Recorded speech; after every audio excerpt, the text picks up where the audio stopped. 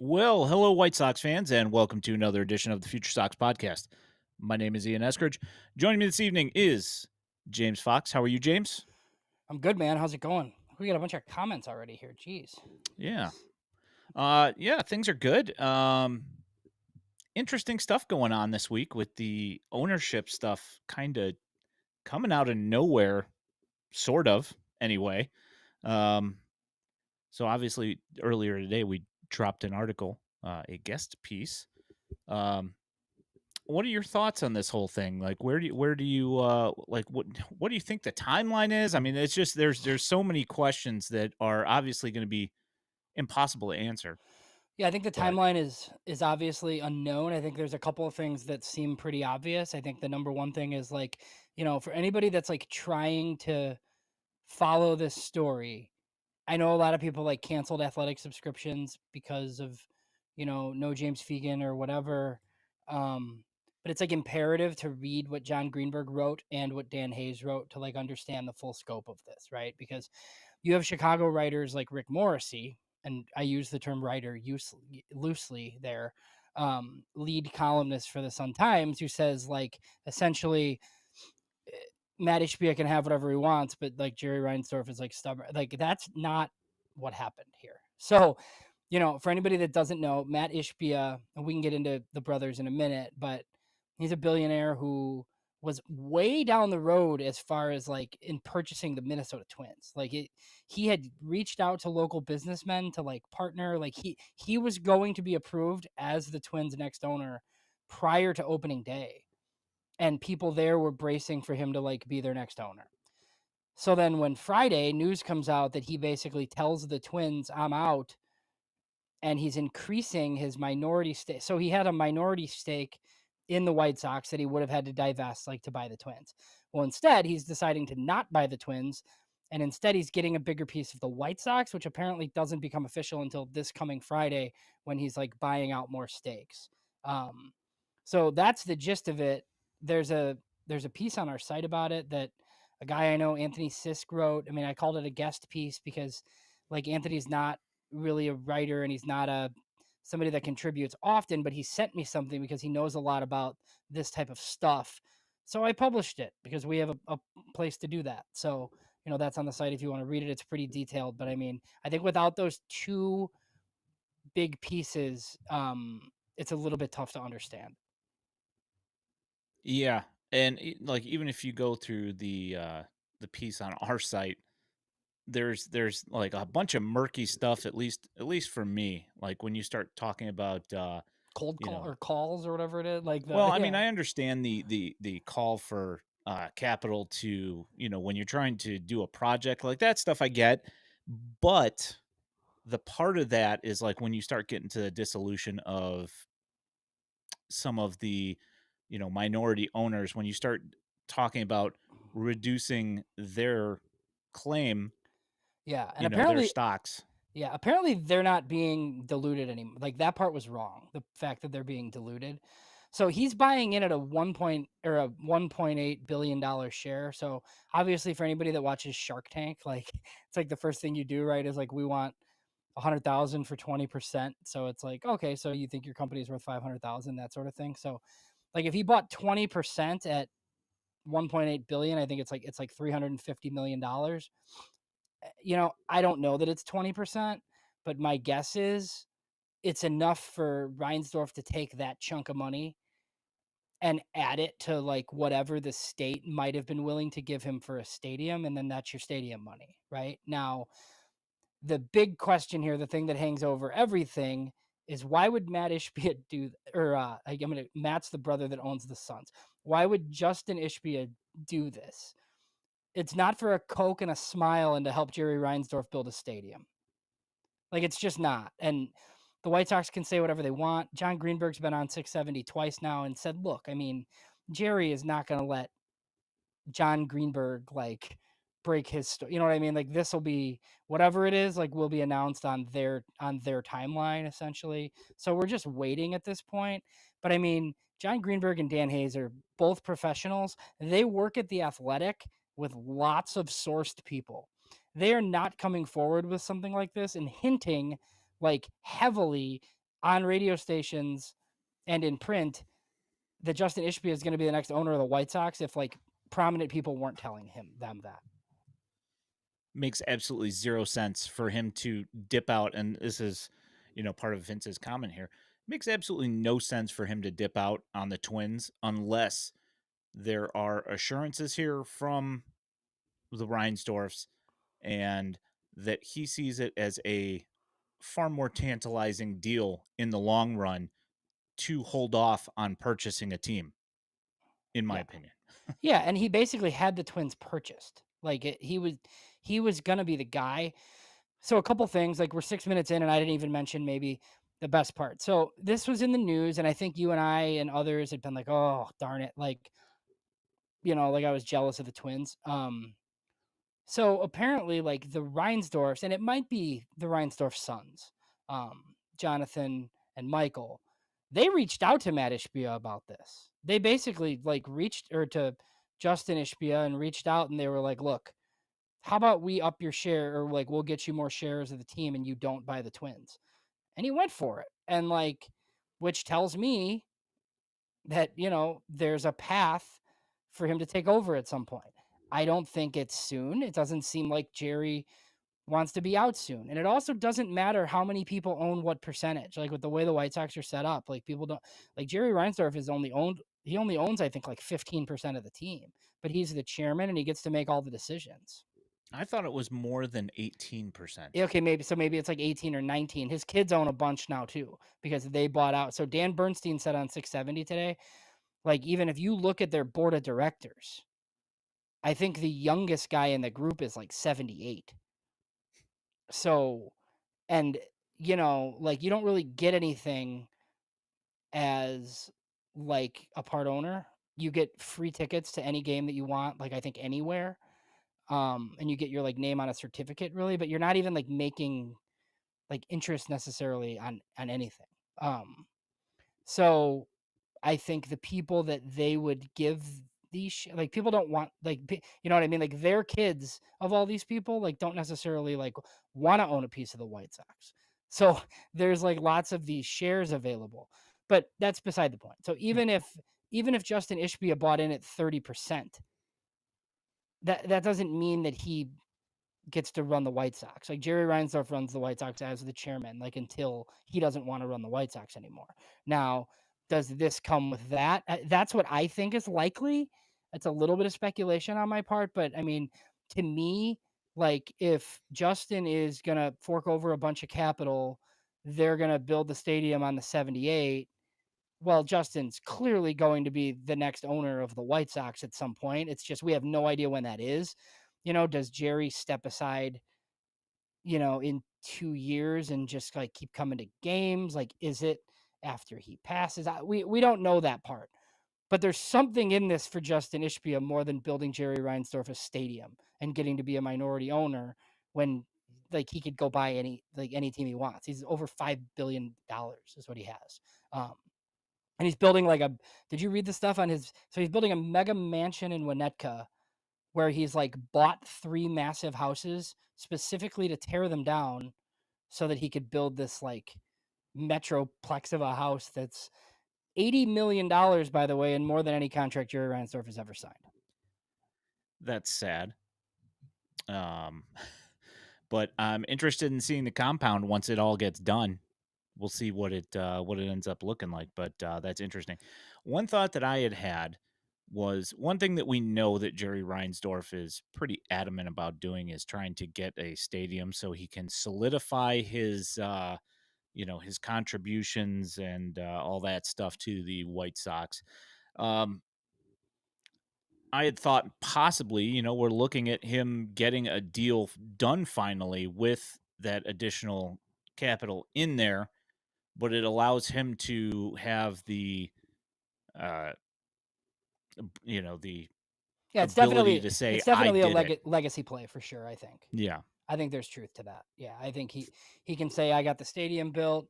I picked your next, and so something else like Matt Spiegel said today. I mean, look, like if this like White Sox fans should be excited about this. It doesn't mean that it's done, but I mean, he dropped the Twins bid. So like I'm pretty optimistic about this. Like I've always like, your dream should be billionaire hobbyist owner. Like it should be. And like I don't think that's a negative connotation. I think there's a lot of owners who, Tom people thought Tom Ricketts was that guy, right? And now he's like kind of back in hibernation, like not doing certain things.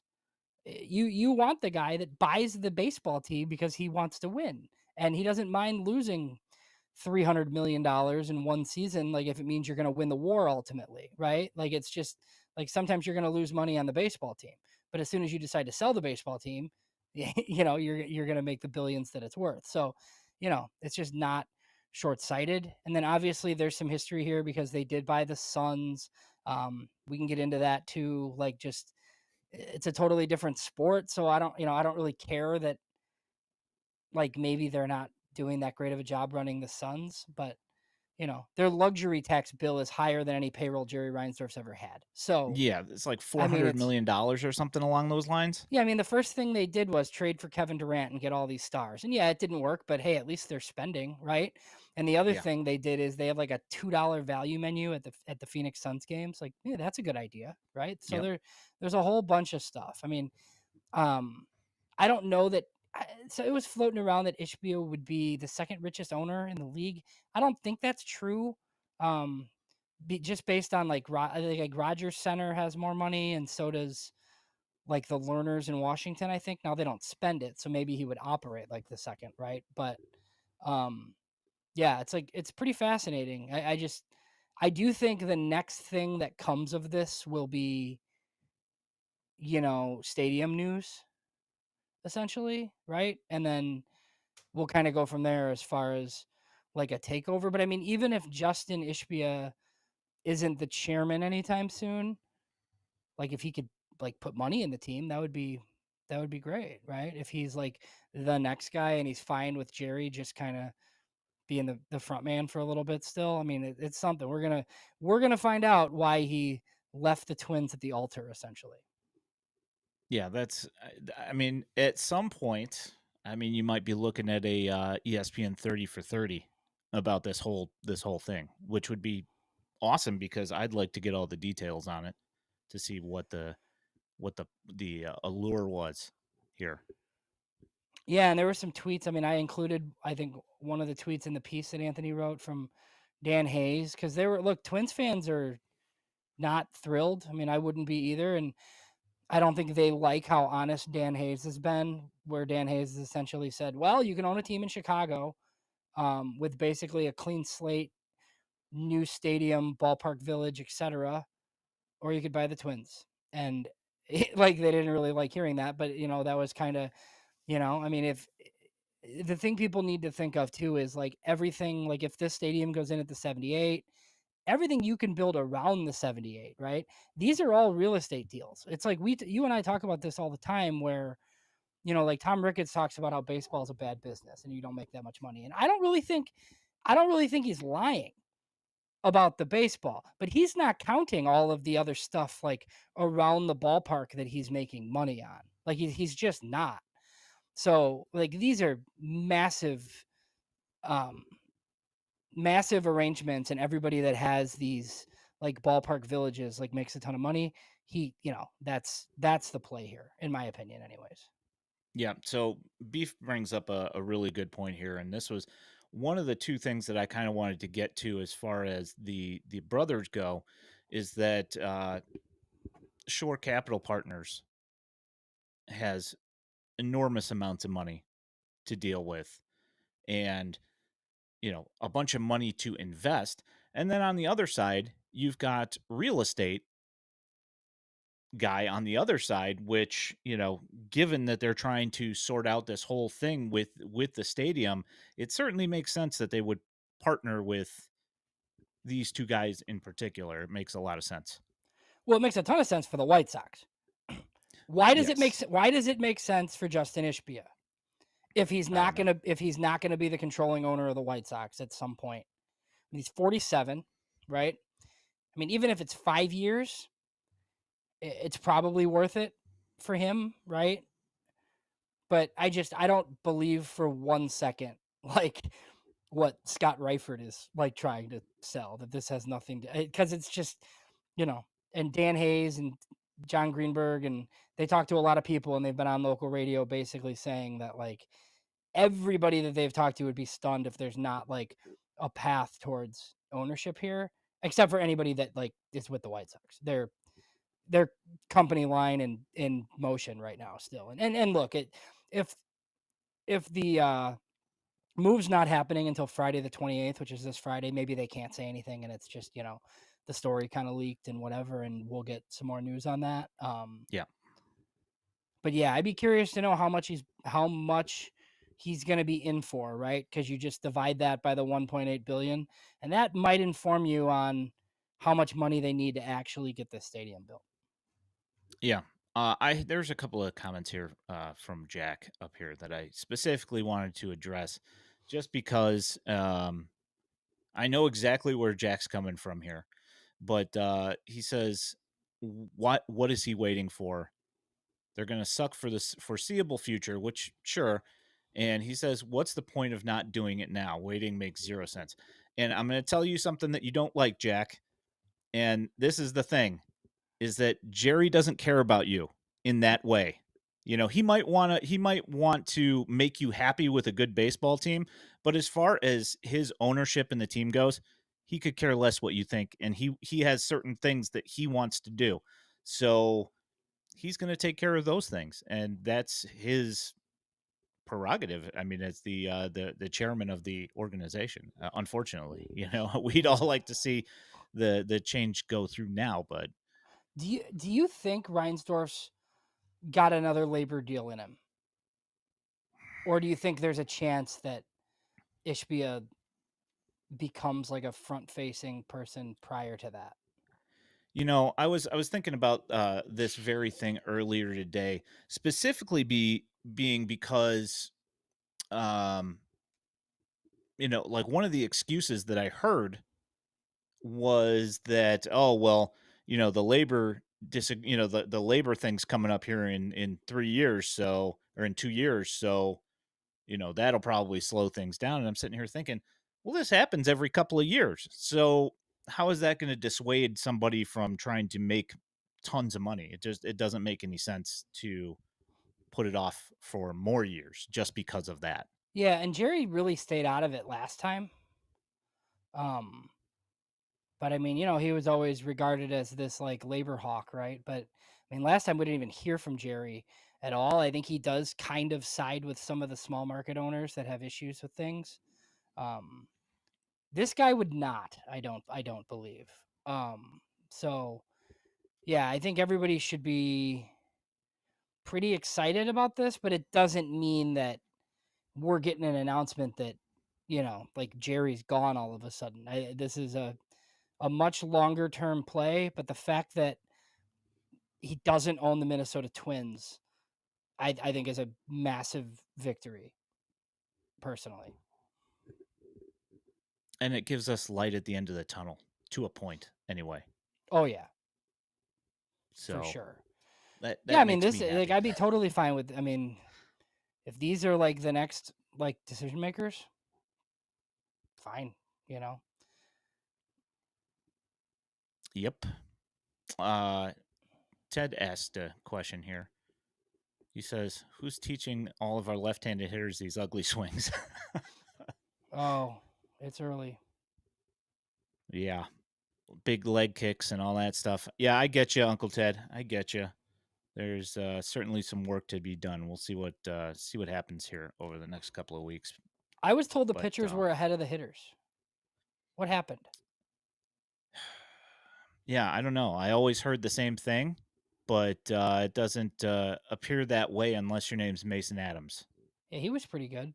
Yeah, he was awesome. Grant We'll get Taylor to looked that pretty later. good. Yeah, he Yeah, looked there's a good whole too. bunch of guys. But yeah, no, it's and Shane Smith got cut today, by the way. So no, I'm kidding. I'm kidding. Yeah.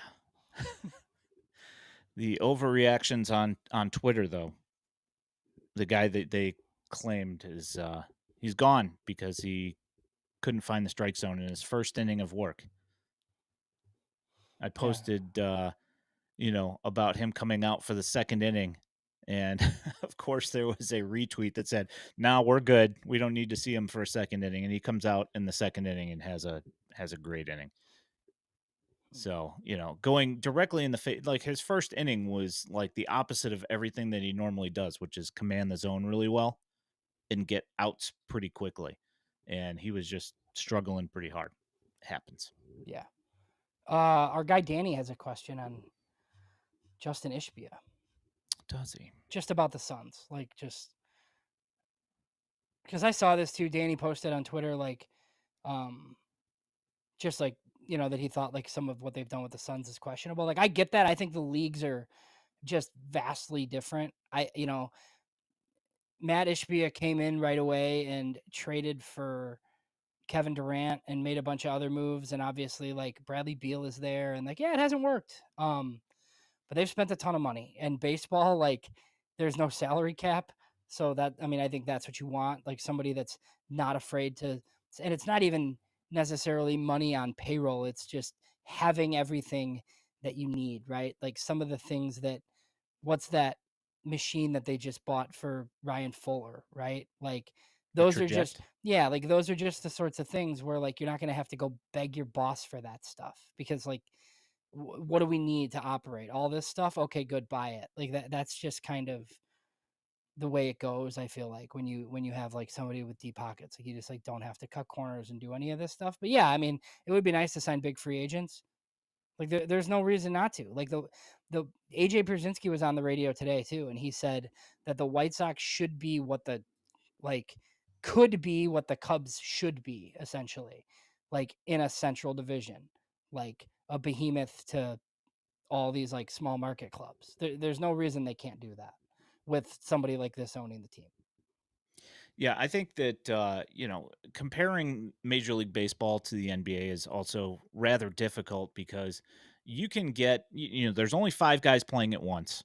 So no matter what you do, if you get guys that don't work well together, they could be all-stars every year in other places, but when you assemble them together, Voltron does not appear. You just don't have that team that just puts everybody away. It happens. NBA is hard. Yeah, it's really hard. I mean, if you don't have like one of the best players in the world, like you can't win a title. Um, Baseball's not necessarily like that. It's friends with This Isaiah Thomas. Yeah. as in Rex says, Matt Ishbia is friends with Isaiah Thomas, who has demonstrated an amazing ability to spend lots of money for a terribly constructed roster. Yep. That is correct. Yep. For sure. um, you got anything more on this Ishbia No, saga? I don't think so. I think I think the article on our site's pretty good. I think the two at the Athletic are really good, very informative. Obviously, I think thinking of this from the lens of why would Justin Ishbia do this, I think it's just the most important way to think about it rather than, you know, what the White Sox PR department is saying about it, like as of right now. Because, I think the way this is headed seems kind of obvious, like regardless of whether there's like a press conference or a press release or word from the team on it right now. James says, man, if Ishbia bought the team, never would I ever have to watch the Sox fail to spend all of their international budget. Yeah, well, there is Terrible. that, I guess. Yep. So let's go ahead and move on to a couple of transactions that came up this week. The White Uh-oh. Sox picked up a longtime Rangers top prospect who kind of flamed out. I think they grabbed him. They grabbed him from the Waivers. Yankees. Yeah, Owen White. waivers. Yeah, I think he was DFA limbo for a little bit. I think he bounced around a couple of times. Hmm. Yeah, I mean, obviously the luster has faded, so I don't really see anything coming to this. I kind of think this is just org depth. I do think he has options though, so I think the biggest question for me is whether they allow him to continue starting or whether they see some bullpen utility, but he'll be at Charlotte regardless. Um, Even if they can get him off the 40. whatever. Like he's going to be somebody that's in Charlotte, but was he a second rounder or a first rounder? But he was Second a rounder. second rounder out of high school. He was a top prospect for the Rangers for a long time, and then there's been some issues with his body where his stuff backed up, and the high minors are hard, and it hasn't been that great. But I think the White Sox are picking up any pitcher that they think is slightly interesting and throwing them all in the pile. Yeah, it's just kind of one of those things they have to end up picking up guys to fill these pitching rosters just to eat innings here. We know that AAA in general is going to run through like 25 starting pitchers through the year, and Charlotte, for whatever reason, never seems to have enough starting pitching, no matter what. Yeah, it's So, crazy. Yeah, and there's enough guys that are going there. Some of them I feel like have pitched the past couple days. Some of them have looked pretty good. Um, some not so much. But I mean, you get there and it's like a whole different animal, obviously. yep. Uh, Baroa. yeah, Or you I'll want to do get to that that later? in here Yeah. in a Okay. second because we'll get to actual spring training stuff here in a second. Mm. So the White Sox also picked up everybody's favorite guy, Mike Clevenger, for the third time. Yeah, I don't get Is the it. third time the charm? Well, I mean, he's going to be the closer apparently, or they're going to try that. I mean, so his role is very clearly bullpen, and he thinks that he can be a back end bullpen guy. So he must have given up the starting dream, and he found the one team with a minority owner that has a relationship with him apparently that would sign him. So they can't quit Mike Clevenger. I don't hate it as much like in this role because if he stinks, like they'll just cut him. Um, it's not like you're depending on him to start every 5 days. And look, I don't know, like I guess there's like a chance that he's okay out of the bullpen. But I mean, I don't know. Is he even like ready to pitch? Like, are we going to see him throw it all? Like, I don't know anything about a timeline for him either. Yeah, he did get rolling pretty quick last year when they finally picked him up. Um, but he only ended up pitching 16 innings before he fell apart and was out for the rest of the year. So, I mean, at the end of the day, this is exactly like the Joey Gallo thing. In a month or in 3 weeks, we could just be talking about this saying, didn't work. They're gone, you know? Brad Keller. There's like a whole bunch of these. Like the problem is everybody hates Clevenger. Like it for whatever what I mean, and for obvious reasons, I think. But it's just that's why I find it like just unnecessary, right? Because it's just like you're already bad, and then you're gonna alienate like a whole segment. Like I'll still watch, right? But it just doesn't make that much sense to me. Like why you would like bend over backwards to do this for no reason, essentially. Yeah, that's also the thing I don't understand. I don't understand why it's so important to sign him every year for the last 3 years. Like I just Yeah. you did it once. You saw the public backlash, especially with all the radio interviews and all that stuff. And then you came back again last year and that witch keeps Yeah. on popping up, Yeah. cursing the White Sox, and you've seen the records. I'm just saying. I mean, there's Yeah. no actual proof that that's a thing, but they're still terrible. I mean, trust me, like I understand like compartmentalizing some of this stuff, right? Like and picking up a bag so that you can trade him for something useful. Like I get that part. But like they've never been able to do that with him because nobody wants him. So like if that's the thought again, you think like if Mike Clevenger's your eighth inning guy and he's good, somebody's gonna want him all of a sudden? Like nobody's wanted him the last two times you've tried to do this. Like it just I don't know. It doesn't really make any sense.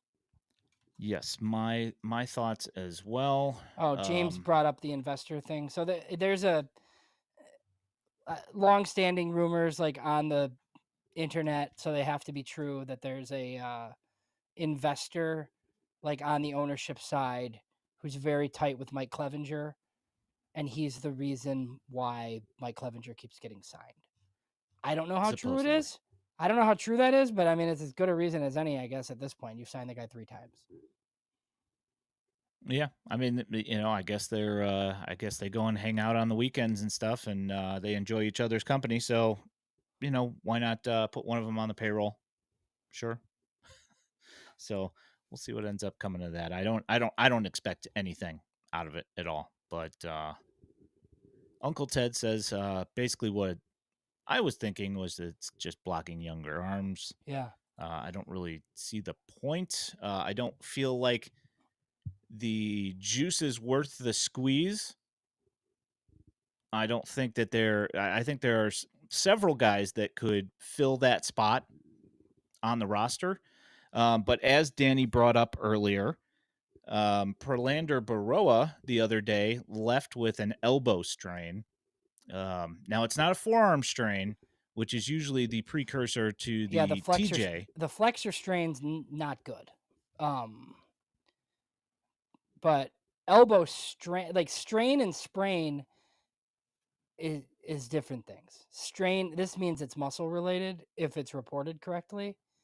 Um so it seems more minor, but I mean, he's probably going to miss spring training. Yep. And like I saw Bernstein today was complaining about Clevenger possibly being a closer for the White Sox, saying, "Well, they only win 50 games anyway, so I don't see really what I mean, Bernstein just hates Clevenger, so that's where that goes. But I mean, last year Kopech led with 8 saves. So really, what are we? Yeah, And again, they probably will only win like 53 games or something. Who cares? right. I mean, Does it and that matter? no, and if Jordan Leisure or Peyton Paulette or Addison Coffee or one of these guys is like bursts onto the scene and they're like your next closer, I don't think Mike Clevenger's gonna stand in the way of that from happening. Like I just don't. Like I I just we don't. I mean, like I've seen people that think Justin Anderson's gonna be the closer. It's like like what are we doing here? So I think he'll be in the mix. It's a long spring training. We'll see if he makes the team. Who has more White Sox appearances this year? Mike Clevenger or James Karinchak? Oh Right. man. Tough one, right? Maybe Yikes. both are zero Thanks, possibly, Cleveland. but yeah, And I don't think James Karinchak at 93 is going to work. he did not look very good. But I mean, who knows? Maybe it's just because it's early. It's still spring training for everybody. Um, Also, I just saw this earlier when cruising the transaction line. Ward Quellen Vasquez, the White Sox signed a Guardians cast off Oh. from the minors to a minor league contract. So I looked at his numbers. I was not impressed. But then again, I've never seen him pitch, so I don't really know anything about him. But I just literally just saw it. I'm gonna have to go and look and do some video research. Yeah, so the White Sox even said like on the Prolander thing, like the next steps are like to be determined basically. Like they don't know what they're gonna do. So I think like a strained elbow is generally rest and ice and what rest and relaxation maybe, but I just think he's gonna be delayed if we see him, he probably comes back through Charlotte. I think Baroa probably would have made the team if he were healthy. But I mean, you could kind of tell the other day, and there was a interview done somewhere that I read with Bannister, who said that Baroa was already hitting like 97 or something, 97, 98. So then when he was throwing as slow as he was in the game, you could kind of tell he was straining a little bit. It like didn't look great.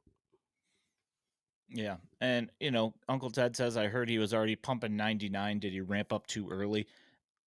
You know what? I don't think so, because when you see Grant Taylor going out there, he's hitting 101.2. Yeah, just So, ridiculous. yeah, I don't really have an answer. So here's one that came in between last week and now. You talked to him, Blake Larson. I did. So there's last year's comp B pick who is out with TJ just had it what 2 weeks ago. Yeah, 2 weeks ago. So you'd know more about timeline for that, but it does seem like the White Sox aren't that concerned as far as like his career, right? Like Tommy John's one of these things now that you just kind of bake into you taking the pitcher. Like it's one of those things where it's just never a surprise. He was probably going to be limited to around 50 innings in Arizona anyway. So, you know, the argument can be made that like if you have to have it, now is as good a time as any. It sucks for the kid to start your career that way, obviously. Yep. He can do a lot of strengthening activities and stuff, which might help him. In like, look, I don't think I don't think this makes him any less of a prospect. You just have to wait longer. But some of these high school guys without innings like this just take forever anyway. So it's not like he was going to be throwing 100 innings this season. Yeah. Yeah, it I mean, again, yeah, he's probably just going to be throwing in Arizona, but at the same time, you'd like to see those innings out of him even if you only see, you know, 20 innings at the end of the year in Kannapolis or something. But yeah, another one that is unfortunate. So spring training overall, do you have any particular people you'd like to talk about? If you've got somebody that you've got questions about or statements, go ahead and throw them in the comments. We will be looking. Yeah. I mean, I've learned that the White Sox screwed up by not taking Jack Caglione apparently because he's going to be a mega superstar after one home run in the Cactus League. I mean, he did hit it pretty hard, but then again, it was Mr. Magoo did throw a meatball right over the heart of the plate that He did. made it Yes. fairly easy on him. Yeah, and he might be pretty good, but I don't know. I think it's fine. I mean, some of the pitching performances, obviously, like, it's kind of funny when people like learn someone's name for the first time, right? That was kind of like that with Grant Taylor. I feel like, even though I feel like we talk about him every week, but there's a lot of people that just don't really pay attention to the prospects, obviously, which is fine. And it's like, oh, who's this guy? And then you see like all the data readings that are on Twitter, like with all the pitches and stuff, like Grant Taylor's nasty, so like, hey, why not add a kick change as well? Like it's just filthy. Like I almost hope Hagen goes to Winston just so that like a couple of times through it's Hagen, Grant Taylor, and Aldrin Batista and Winston. I think that would be kind of fun. Um, but yeah, no, I mean that's been pretty interesting. I mean, we're gonna get Hagen Smith and Noah Schultz this week. I think Nastrini looked pretty good today. Mason Adams has Did looked good. Eater like has a new pitch apparently. So, there's just a lot of guys. There's going to be guys that pitch, I feel like every day here for a while that look at least somewhat interesting. Um, that could be parts of the future. And then you just got to kind of see who works and who doesn't. I actually thought Shane Smith, like the stuff looked pretty good. He just got hammered in Arizona. So, which happens. I mean, not really though. I mean, he had a couple of walks and then I think what two singles. Yeah. So I mean, it wasn't even really that bad. It was that Chris Rodriguez came Yeah. in and gave up the 3-run home run, hit a guy, and had 2 walks himself. So they scored nine runs on 5 hits or something, or 4 hits. Yeah. Awful.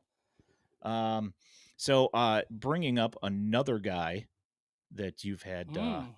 talks with in the last week, Uncle Ted is interested in seeing Nick McLean and Riku Nishida in spring training. I know that you'll see Riku Nishida at some point here. You have a little bit of news on Nick McLean.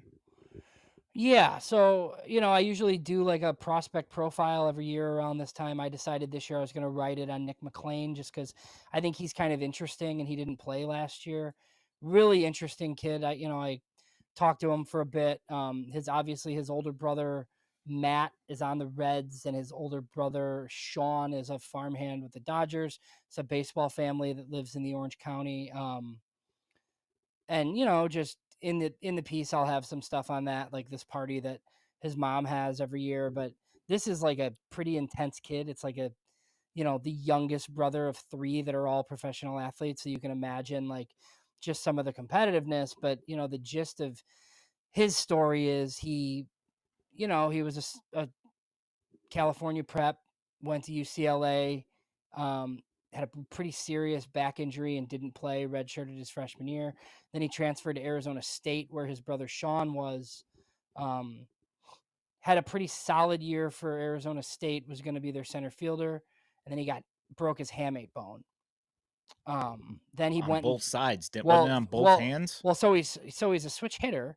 So he broke it. I don't know. I think lefty, whatever. Like so his bottom hand, so his right hand. But then he went and he played on the Cape, and he was really good. So then his sophomore year, which is his third college season, he came in as one of the top players on Arizona State's team, and he broke his other hamate bone.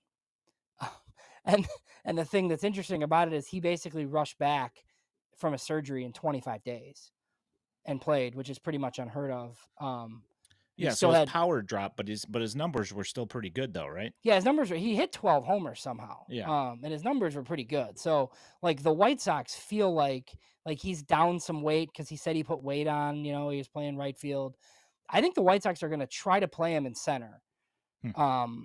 And I think the bat, I don't think he's ever had like healthy hands, like hand strength. Like I don't think he's a huge power threat or anything by any means, but I just think there's like more juice in the bat than some people kind of thought. I mean, he's a bit of a tweener because it's kind of like a great profile in center and not a great profile in a corner, even though he has a strong arm. I think the McLean kids all seem kind of similar, and Matt was a 3-WAR player with the Reds, but again, that's second base, third base, center field utility, right? Like if McLean's a right fielder, I don't know that he has enough bat for that.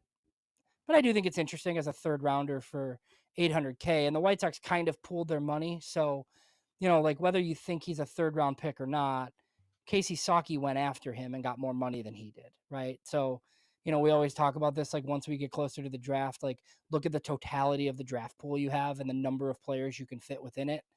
Nick McLean was one of those players. One of the other things that's interesting, and I don't want to give the whole piece away, but just that he didn't think that he had a ton of contact with the White Sox pre-draft, and then they were the ones that took him. So, some of that stuff's like fascinating. You just, as area scouts, you do your homework, right? You don't necessarily have to talk to the kid. You're talking to his family and his coaches and all these other people, and maybe you have enough information, like without a sit down. So, but he was happy that he got it. That he told me that when he got back to his TV, because the Boris agency called him, he saw that Colorado and the White Sox were both coming up and they were both Arizona teams. So he was thrilled about that he didn't have to go to Florida for spring training.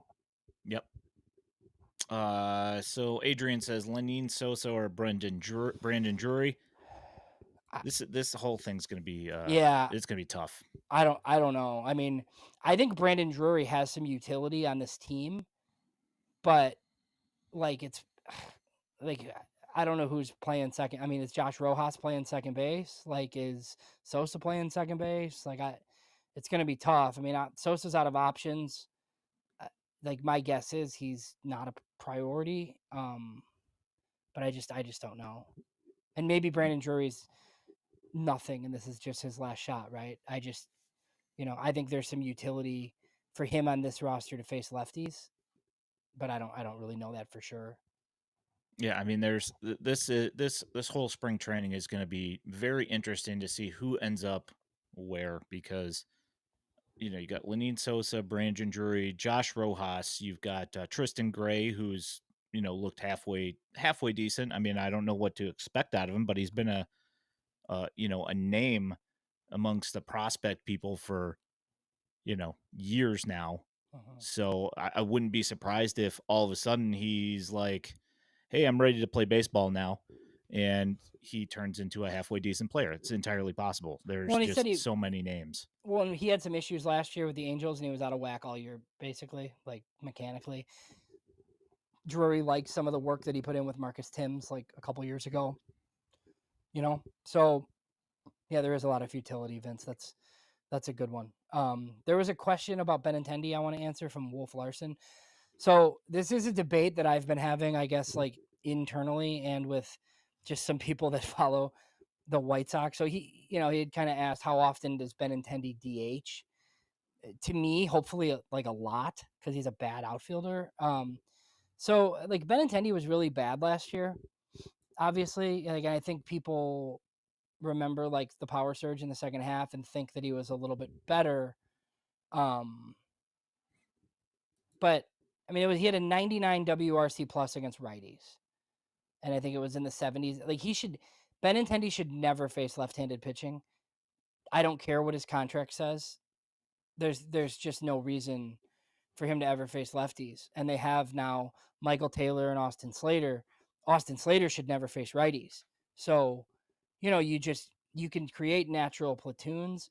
I don't really have any fears that they're just gonna send Benintendi out there every day, based on his contract. I mean, I think if if it's up to Will Venable, I think they'll play matchups, honestly, because I don't know why they wouldn't. But if you want to get the most out of Andrew Benintendi, he should probably only face righties. And if you have somebody else to play the outfield, I'd probably do that too. Yep. We saw Braden Montgomery in center field today, and I don't know. He made a play. Don't really know what more to say about it. He did. He got walked on 4 pitches yesterday, and then today he had a chopper single to the Yeah. right side and beat out any play there. His the speed looked okay. It doesn't look like the ankle Yeah, the probably ankle's going to an be issue. any issue. So Yeah. would Samuel Zavala stop you from playing Braden Montgomery in center field? Or do you mix and match? Like what do you do there? And because I was like thinking about that with Nick McLean, right? Like Nick McLean, my guess is just goes to Canny, even if I think he's more advanced than that, because he didn't really get a chance to play last year. So if you want to send Nick McLean to be your center fielder in Kannapolis, I think that's fine. But I don't think moving Samuel Zavala to a corner just because like makes sense either. But maybe that's like one of these things where you just play both of them in multiple spots and see what kind of happens. Yeah, I mean, well, Montgomery's technically more of a right fielder with that cannon for an arm. And Zavala is good defensively out in center field, so I'm okay with that.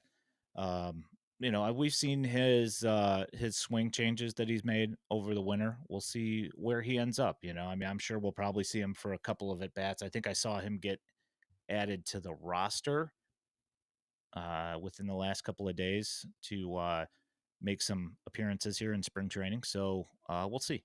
We'll see what ends up happening there. So did you Let's see see? here. So apparently Alexander Canario was traded to the Mets. Oh boy, Hmm, for cash. So interesting. I actually thought they might get a prospect for him, but he is out of options, so it's kind of tough for teams to commit to. Because there were a lot of White Sox fans who right away wanted Alexander Canario as soon as he was, DFA'd by the Cubs, and I understood taking the chance or trying to like claim him essentially. Um, but I mean, he has to make your team, or you're going to have to DFA him again. And the White Sox have 5 guaranteed contracts in their outfield. So you like, would you rather see him than Austin Slater? Yeah, probably. Right? Like, you're horrible. Like, give this guy a chance. That was my Um, thought. yeah, for sure. Right? But I guess, yeah, it's kind of weird. I thought they'd be able to get cash for him, or more than cash. I thought they'd actually get like a prospect. Just want to briefly mention this because it's brought up by Tom. Also, was brought up by James earlier that Colson Montgomery's Mm. defense is looking pretty decent, and that's why I've gotten a couple of people that the contrarians who I'm posting video of just regular old ground balls. The and people saying, "Oh, well, if he can't make this play, then we've got bigger problems than we thought." And my whole point here about posting this stuff is people were wondering if the guy can play shortstop. At I all. just wanted to Like, show yeah. that he can make it look clean and he is making progress on the defensive front. Whether or not he ends up at third base is immaterial to the tweet. So if you are listening to this and you have replied to the tweet, just know that I know it's a routine ground ball. That's the point. Okay. Thank you. That has been my PSA for tonight. I like the left on left homer the other day too. That was nice. And that's what and like to me, like out of Colson, I think you and I kind of differ on this a little bit. Like if he can play shortstop for a little bit, like I'm fine with him being lots of walks and lots of power and sacrificing some of the other stuff because I just like think that's valuable if he's playing shortstop. And just kind of because like this team needs left-handed power. So if that's like ultimately what you're, if it's like a 245 average, but he's hitting homers and finding a way to walk a ton and get on base, like I'm good with that. Like I want to see Colson Montgomery this year, like for 100 and some plus games. I just don't think it's a great idea to hand him the shortstop job out of spring training because you don't have anybody else. So to answer Doug's question here, he asked, "Do you think that Wilfred Veras can be taught how to control his strikeouts?" I don't have an answer for you yet, Doug. My guess is probably not to the point that we're going to be happy. I kind of, unfortunately, see it not getting 100% better. Um, to the point that he probably ends up going the way of like Mike Rodolfo, and Yeah, similar to those guys, I would say. I it's mean, I think the biggest issue is just like he doesn't he doesn't get to enough power to have no defensive utility, right? Like he has to be like a 30 home run guy for you to be fine with playing him in an outfield corner, right? Like it's just got to kind of and I just don't know that he's got power. He's got a ton of minor league homers. Like I think if he goes to Charlotte, he could go on a heater and all of a sudden he's like back on the radar, right? But I do think kind of guys with strikeout rates like that, it's tough, man, in the high minors. yeah, I kind of don't see if he goes to AAA with more breaking balls. I still see him hitting a lot of doubles, and probably because he'd be in Charlotte, I expect to see a couple more home runs than we've been seeing in Birmingham. But I don't expect that strikeout rate to go down at all. That's just my 2 cents on that. Yeah. Have you seen anything different out of Miguel Vargas? Did you see the report from White Sox brass where they kind of said that they anticipated making some changes, but they didn't feel it necessary to do it like when he got here last year? I mean, it's the setup does look a lot different, I think. It And looks a he little, and yeah. he looks bigger. Whether it works, I don't know, but I mean, we've talked about this before. I mean, this was a very productive guy, like in the high minors, and obviously it's Pacific Coast League. To the point where he kept coming up to the Dodgers and like not being very good. So there's a chance that he's not very good, but there is some pedigree. So I'll be kind of curious. I do think he's going to get an opportunity, like similarly to what we kind of talked about earlier. Like I don't see a scenario where Vargas is not on the team at least to start the year. It's just a matter of whether that's at third or kind of doing something else. Yeah, I thought he made a nice adjustment in his swing to drop that liner into left field today. I don't know. I thought he put together some at least competent at bats. What that again, we're talking spring training here. The pitcher's probably not at his best. Vargas probably isn't at his best, but he did manage to get on base. So I'll take that. All right. So anybody else that you got in mind to talk about here, other than Mason Adams being completely awesome, having an 8 pitch inning today with 2 strikeouts? Yeah, Mason, pretty good. I don't know what that lines him up for as far as like when his Charlotte start will be, but that'll be you know must watch for you every 5 days. Yes, indeed. Well, I'm just gonna break this to you here, James. I watch everybody every five I days. I know. um, so White Sox so far winless. I I'm hope they just go. gonna I throw hope that they out. go winless in the spring. How great would that be? I would laugh a lot. Yes. Oh, Steve brings up Jake Eater looked good too. He did look good. I will say though, this has been one of the issues with Jake Eater is we couldn't see where the pitches were, but judging by the pitch tracks, everything was coming in high, and that was part of his issue last year is that he was leaving everything up and guys were just teeing off on it eventually. They might not do it in the first inning, they might not do it in the second inning, but you know, yes, he was Uncle Ted. He was a Hmm. stud. So Major League Baseball happenings, and I just wanted to bring this up because there's a bunch of stuff going on here. Sean Manaea, oblique strain. Frankie Montas, lat strain. So their pitching right now is kind of in a weird spot. We had talked about them grabbing Jose Quintana, but now I've seen a bunch of stuff saying that they're not going to re-sign him for Yeah, whatever they're reason. just gonna go with like what they have essentially. They have like what Griffin Canning, and they got some other guys like I don't know. I mean, they could always trade for somebody big, right? So we'll see. With what? That's always my question with the Mets. I am not enamored with their system at all. Yeah, it's not I don't great. know who they're going to trade. You know, Yeah, but they're so willing to take on money though.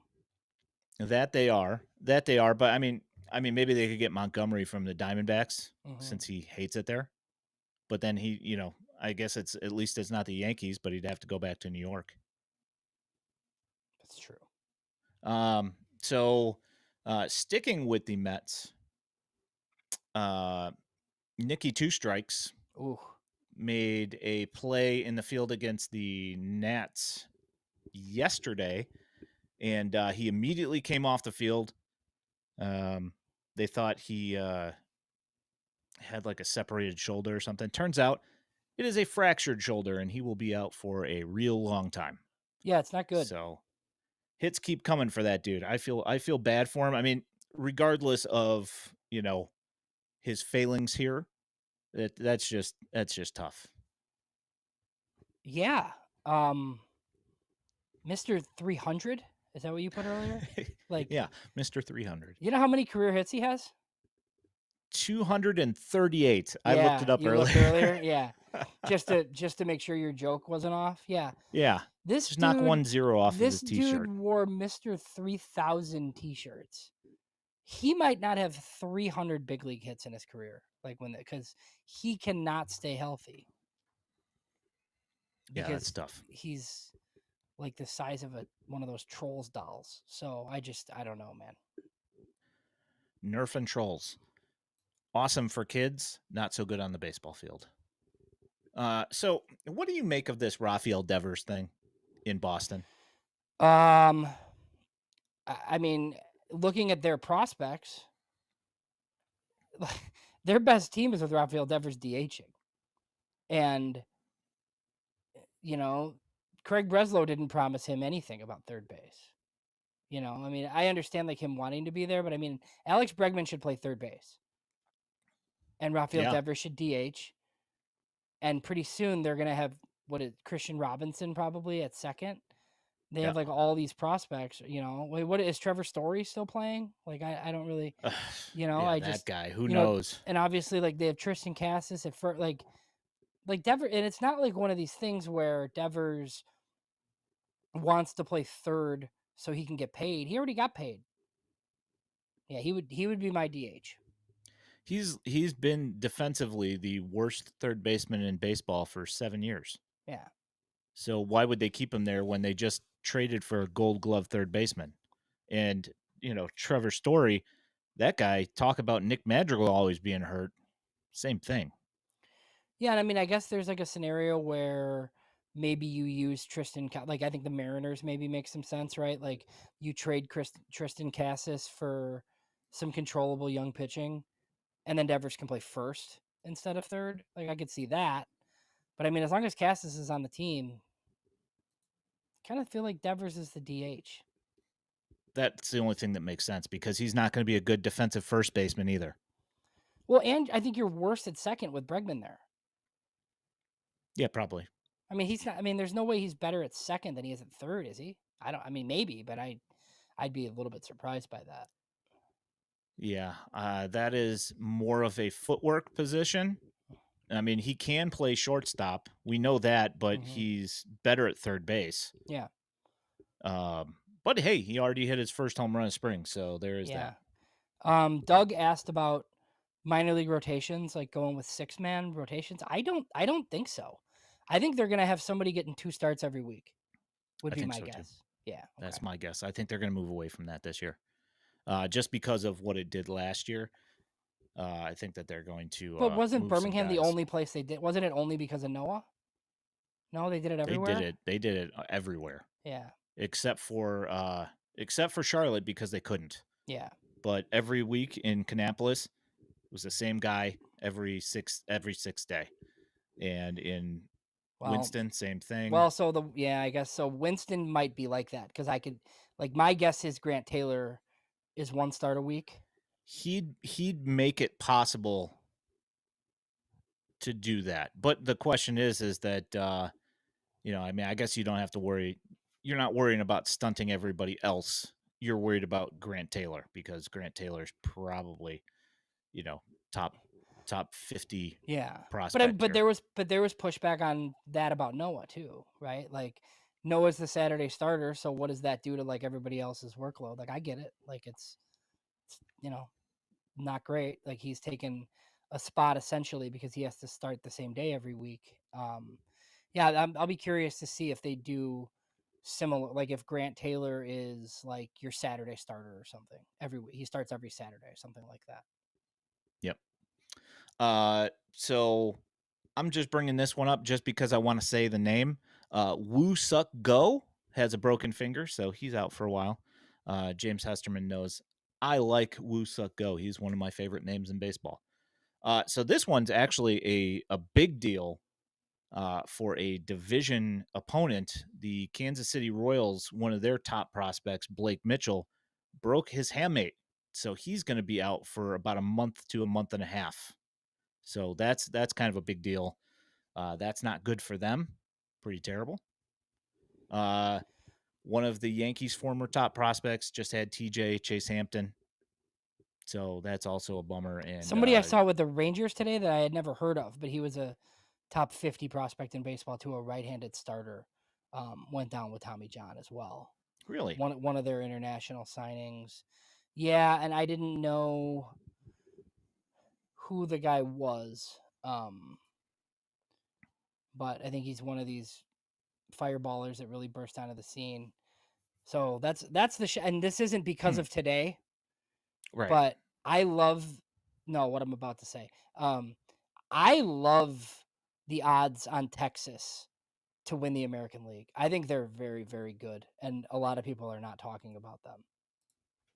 Hmm. Like, I think I mean, Texas is loaded, and their pitching is back, and their lineup is really good, and the East is gonna beat the hell out of each other. So, I don't.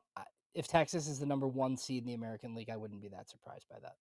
yeah, if Langford and Heim can stay healthy, Yeah, that's a you that's a create a first base platoon of Jock Peterson and Jake Berger for really cheap. Obviously they have Simeon and Seager, um, and I think like Degrom is back, right? So yes, the and the Degromi. and the other guy that's in the, I mean, and Kumar Rocker looks really good supposedly. So Yeah, that's a team with some high end guys at the top of their system. I think Texas is being slept on a little bit. yes, I agree. Uh, Also, just to throw this out there, another one because I was just talking to somebody about it the other day about how it's completely sapped numbers from his career. Giancarlo Stanton out again with elbows now, both elbows. He's got some sort of problems with his elbows, I guess. So I mean, talk about a guy that should have been at like 650 home runs by the end of his Yeah, career. I don't know if he's going to even hit 500 now. no, no, he walks out to head, shoulders, knees, and toes, like for different reasons, right? Like it's just always something. Yes, indeed. Yes, I will agree with this. Unfortunately, because I just pulled one of his autos the other day, Jack Leiter has been pseudo disappointing. Although he Yeah. has looked a little better as of the last the last couple months of the season or whatever last year. But you got anything else this week, James? All Oh, good. what did I do there? All right. Well, alrighty then. I'm going to walk us out. You have been watching / listening to the Future Sox podcast. If you are listening to this in podcast form, know that you can find us every Sunday night, usually at 8 p.m. on YouTube and the Purple app. You can also find this podcast along with all of our written content at FutureSox.net. If you are looking for White Sox prospect highlights, you can find them on X at FutureSox and now also here on our YouTube channel. If you love the content and want to support us here at FutureSox, there is a link to our Patreon in our channel description and at FutureSox.net. You can also toss up a super chat on our YouTube stream. Also, don't forget to like this stream and subscribe with notifications so you know when we're going live, helping us in the World Wide Web algorithms. My name is Ian Eskridge at Daily White Sox. He's James Fox at JamesFox917. We appreciate all of you. Thanks for listening. We appreciate you guys so much. Wednesday night, we will have Hot Takes and Heaters on for their second episode. We will also have another episode of the Future Sox Roundup coming here soon. Thanks, guys. We appreciate it. Thank you for helping us drive the content. The comment section lit. Awesome. Thank you so much. You guys have a great night, and we will talk to you guys next week. Thank you. Have a good night.